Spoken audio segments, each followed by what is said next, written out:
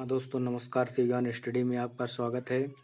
तो हम फिजिक्स में देख रहे थे विद्युत धारा का चुंबकीय प्रभाव, जिसमें हम पढ़ चुके थे फ्लेमिंग के बाएं हाथ का नियम। तो दोस्तों, आज के लेक्चर में हम देखेंगे फ्लेमिंग के दाएं हाथ का नियम। तो दोस्तों, फ्लेमिंग के दाएं हाथ का क्या नियम है? जब हम अपने दाएं हाथ की तर्जनी, मध्यमा तथा अंगूठा को एक दूसरे के लंबवत इस प्रकार फैलाएं कि तर्जनी अंगुली चुंबकीय क्षेत्र की दिशा को मध्यमा अंगुली प्रेरित विद्युत धारा I की दिशा को, तब अंगूठा चालक की गति की दिशा को प्रदर्शित करता है। फ्लेमिंग के दाएं हाथ का नियम क्या है? जब हम अपने दाएं हाथ की तर्जनी, मध्यमा तथा अंगूठा को एक दूसरे के लंबवत इस प्रकार फैलाएं कि तर्जनी अंगुली चुंबकीय क्षेत्र की दिशा को मध्यमा अंगुली प्रेरित विद्युत धारा I की दिशा को, तब अंगूठा चालक की गति की दिशा को प्रदर्शित करता है। तो दोस्तों, फ्लेमिंग के दाएं हाथ का नियम और इसका फिगर देख लीजिए। ये अंगूठा है, अंगूठा गति की दिशा को प्रदर्शित करता है और तर्जनी जो है वो चुंबकीय क्षेत्र दिशा को प्रदर्शित करता है और मध्यमा विद्युत धारा I की दिशा को प्रदर्शित करता है। तो दोस्तों, इसमें अगला टॉपिक है मोटर, विद्युत मोटर। विद्युत मोटर क्या है? यह एक ऐसा उपकरण अथवा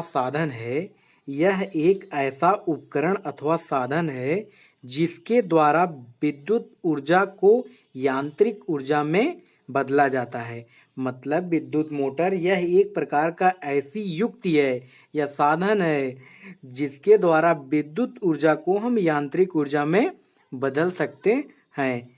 इसका सिद्धांत इस बात पर आधारित है कि जब किसी कुंडली को चुंबकीय क्षेत्र में रखकर उसमें वैद्युत धारा प्रवाहित करते हैं तो उस पर एक बल युग्म कार्य करने लगता है, जिसकी दिशा हम फ्लेमिंग के दाएं हाथ द्वारा निर्धारित करते हैं। यह बल युग्म कुंडली को चुंबकीय क्षेत्र में लगातार घुमाता रहता है। मतलब इसका सिद्धांत इस बात पर आधारित है कि जब किसी कुंडली को चुंबकीय क्षेत्र में रखकर उसमें विद्युत धारा को प्रवाहित करते हैं हम, तो उस पर एक बल युग्म कार्य करने लगता है, जिसकी दिशा हम फ्लेमिंग के दाएं हाथ द्वारा निर्धारित करते हैं। यह बल युग्म कुंडली को चुंबकीय क्षेत्र में लगातार घुमाता रहता है। तो दोस्तों, विद्युत मोटर की रचना हम देखते हैं। विद्युत मोटर के तीन भाग होते हैं। विद्युत मोटर के तीन मुख्य भाग होते हैं। पहला है क्षेत्र चुंबक, दूसरा आर्मेचर,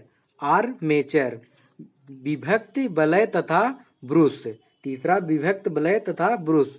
पहला देखते हैं क्षेत्र चुंबक क्या है? यह एक शक्तिशाली चुंबक होता है। जो क्षेत्र चुंबक है वह एक प्रकार का शक्तिशाली चुंबक होता है, जिसके दो ध्रुव होते हैं, पहला N और दूसरा S ध्रुव होते हैं। आर्मेचर क्या है? यह तांबे के तार के कई फेरों वाली एक, जो कि चुंबकीय ध्रुवों के बीच घूमने के लिए स्वतंत्र रहती है। यह तांबे के तार के कई फेरों वाली, जो कि चुंबकीय क्षेत्र के बीच घूमने के लिए स्वतंत्र होती है, उसे हम आर्मेचर कहते हैं। विभक्त वलय तथा ब्रूस क्या है? यह पीतल का एक छल्ला होता है। विभक्त वलय या ब्रूस जो है, यह पीतल का एक छल्ला होता है, जो दो बार भागों जो दो बराबर भागों में विभाजित होता है। यह पीतल का एक छल्ला होता है जो दो बराबर भागों में विभाजित होता है। इन भागों को पृथक पृथक दो कार्बन के ब्रुश स्पर्श करते हैं। इन ब्रुशों का संबंध एक बैटरी से होता है। एक ब्रुश से विद्युत धारा बैटरी में प्रवेश करती है तथा दूसरे ब्रुश से विद्युत धारा बैटरी से बाहर निकलती है। विभक्त वलय तथा ब्रुश क्या है? यह पीतल का एक छल्ला होता है जो दो बराबर भागों में विभाजित होता है। मतलब कि यह एक पीतल का छल्ला होता है और दो बराबर भागों में विभाजित होता है। इन भागों को पृथक पृथक दो कार्बन के ब्रुश स्पर्श करते हैं। इन ब्रुशों का संबंध एक बैटरी से होता है। एक ब्रुश से विद्युत धारा बैटरी में प्रवेश करती है तथा दूसरे से बाहर निकलती है। क्रियाविधि वैद्युत मोटर की हम क्रियाविधि देखते हैं। तो दोस्तों, वैद्युत मोटर की क्रियाविधि क्या है? जब बैटरी से कुंडली में धारा प्रवाहित की जाती है, जब किसी बैटरी से कुंडली में हम धारा को प्रवाहित करते हैं तो कुंडली की भुजा पर एक बल नीचे की ओर तथा एक बल ऊपर की ओर कार्य करने लगता है। इन दोनों बलों से बने बलयुग्म के कारण कुंडली वामावर्त दिशा में घूमने लगती है। कुंडली के साथ उसके सिरों पर लगे वलय भी घूमने लगते हैं, परंतु बैटरी का धन ध्रुव सदैव बाएं ब्रुश से तथा बैटरी का ऋण ध्रुव दाएं ब्रुश से कुंडली में जुड़ा रहता है। मतलब क्रियाविधि क्या है दोस्तों? जब बैटरी से कुंडली में धारा प्रवाहित की जाती है तो कुंडली की भुजा पर एक बल नीचे की ओर कार्य करता है और एक बल ऊपर की ओर कार्य करने लगता है। इन दोनों बलों से बने बलयुग्म के कारण कुंडली वामावर्त दिशा में घूमने लगती है। कुंडली के साथ इसके सिरों पर लगे वलय भी घूमने लगते हैं। मतलब कुंडली के साथ जो उसके सिरों पर वलय लगे रहते हैं वो भी घूमने लगते हैं, परंतु बैटरी का धन ध्रुव सदैव बाएं ब्रुश से तथा बैटरी का ऋण ध्रुव दाएं ध्रुव से कुंडली में जुड़ा रहता है। अतः कुंडली उसी दिशा में घूमती रहती है। तो दोस्तों, विद्युत मोटर का प्रयोग हम देखते हैं। विद्युत मोटर द्वारा बिजली के पंखों, आटा पीसने की चक्की आदि चलाए जाते हैं। विद्युत मोटर के द्वारा बिजली के पंखे चलाए जाते हैं, आटा पीसने की चक्की को चलाया जाता है विद्युत मोटर के द्वारा। अगला टॉपिक क्या है? विद्युत जनित्र। विद्युत जनित्र क्या है? विद्युत जनित्र वह यंत्र है जो यांत्रिक ऊर्जा को वैद्युत ऊर्जा में बदलता है। विद्युत जनित्र वह यंत्र है जो यांत्रिक ऊर्जा को वैद्युत ऊर्जा में बदलता है। इसका सिद्धांत चुंबकीय प्रेरण पर आधारित होता है। यह दो प्रकार का है, परावर्तित धारा जनित्र, दूसरा दृष्टि धारा जनित्र। सिद्धांत विद्युत जनित्र का सिद्धांत दोस्तों देखते हैं क्या है। जब किसी बंद कुंडली को चुंबकीय क्षेत्र में तेजी से घुमाया जाता है तो उसमें से गुजरने वाली चुंबकीय फ्लक्स रेखाओं में निरंतर परिवर्तन होता है।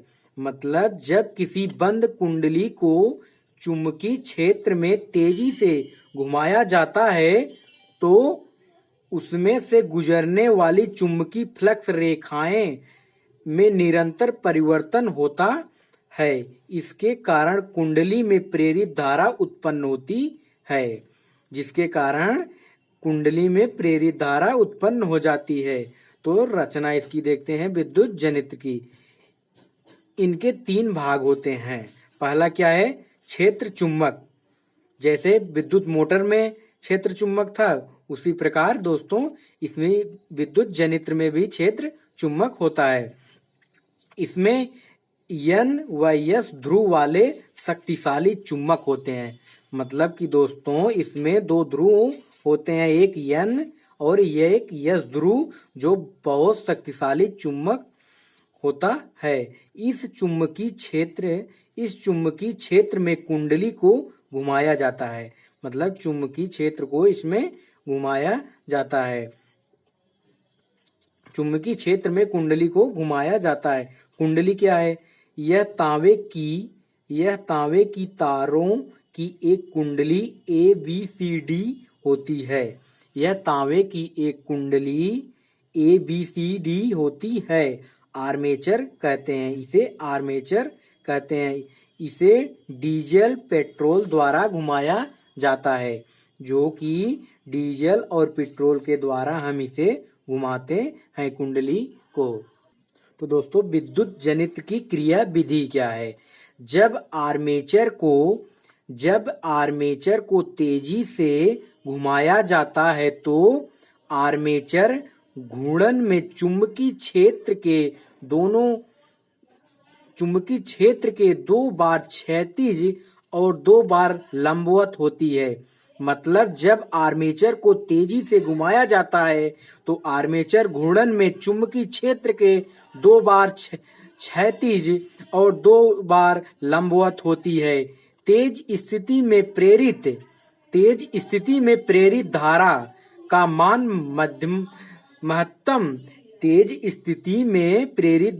मान महत्तम और लंबवत भी स्थिति में प्रेरित धारा का मान न्यूनतम होता है। कुंडली सिरा AB ऊपर और CD नीचे रहता है। मतलब कुंडली का सिरा AB ऊपर की ओर और CD नीचे की ओर रहता है। DCBA की दिशा में होती है, अर्थात आधे चक्कर के बाद कुंडली में धारा भी दिशा बदलती है। अर्थात आधे चक्कर के बाद कुंडली में धारा भी दिशा को बदलती है, अतः उत्पन्न धारा प्रत्यावर्ती होती है। मतलब कि इस क्रियाविधि से यह पता चलता है कि इसमें जो धारा उत्पन्न होती है वह प्रत्यावर्ती धारा होती है। तो हम देखेंगे दोस्तों अगला टॉपिक क्या है हमारा, फैराडे के विद्युत चुम्बकीय प्रेरण। फैराडे के विद्युत चुम्बकीय प्रेरण। तो इस चैप्टर का यह सबसे इम्पोर्टेंट टॉपिक है, फैराडे के विद्युत चुम्बकीय प्रेरण का नियम। तो क्या है दोस्तों, देखते हैं। फैराडे ने विद्युत चुम्बकीय प्रेरण के संबंध में 2 नियम दिया था। पहला नियम क्या था दोस्तों? जब किसी परिपथ से गुजरने वाला चुम्बकीय फ्लक्स में परिवर्तन होता है तो परिपथ में एक प्रेरित विद्युत बल उत्पन्न हो जाता है। मतलब कि दोस्तों फैराडे का प्रथम नियम क्या था? जब किसी परिपथ से गुजरने वाला चुम्बकीय फ्लक्स में परिवर्तन होता है तो परिपथ में एक प्रेरित विद्युत बल उत्पन्न हो जाता है, जिसका परिणाम चुम्बकीय फ्लक्स के परिवर्तन के कारण ऋणात्मक दर के बराबर होता है। तो जिसका परिणाम चुम्बकीय फ्लक्स के परिवर्तन के ऋणात्मक दर के बराबर होता है। E बराबर -n डेल फाई अपान डेल टी। इसका द्वितीय नियम क्या है? फैराडे का द्वितीय नियम दोस्तों, द्वितीय नियम यह है, किसी परिपथ में प्रेरित विद्युत वाहक बल अथवा प्रेरित धारा की दिशा सदैव ऐसी होती है कि यह उस कारण का विरोध करती है जिससे स्वयं उत्पन्न होती है। मतलब फैराडे का दूसरा नियम यह है, किसी परिपथ में प्रेरित विद्युत वाहक बल अथवा प्रेरित धारा, मतलब उसमें बल और धारा की दिशा सदैव ऐसी होती है कि यह उस कारण का विरोध करती है जिससे स्वयं उत्पन्न होती है। फैराडे का द्वितीय नियम या लेंज का नियम भी कहते हैं। इसे हम लेंज का नियम भी कहते हैं। यदि परीक्षाओं में पूछे लेंज का नियम तो इसे हम लेंज का नियम भी कहते हैं दोस्तों, लेंज का नियम कहते हैं। तो दोस्तों धन्यवाद। हमारा वीडियो अच्छा लगा हो तो लाइक शेयर कमेंट अवश्य करें। धन्यवाद दोस्तों।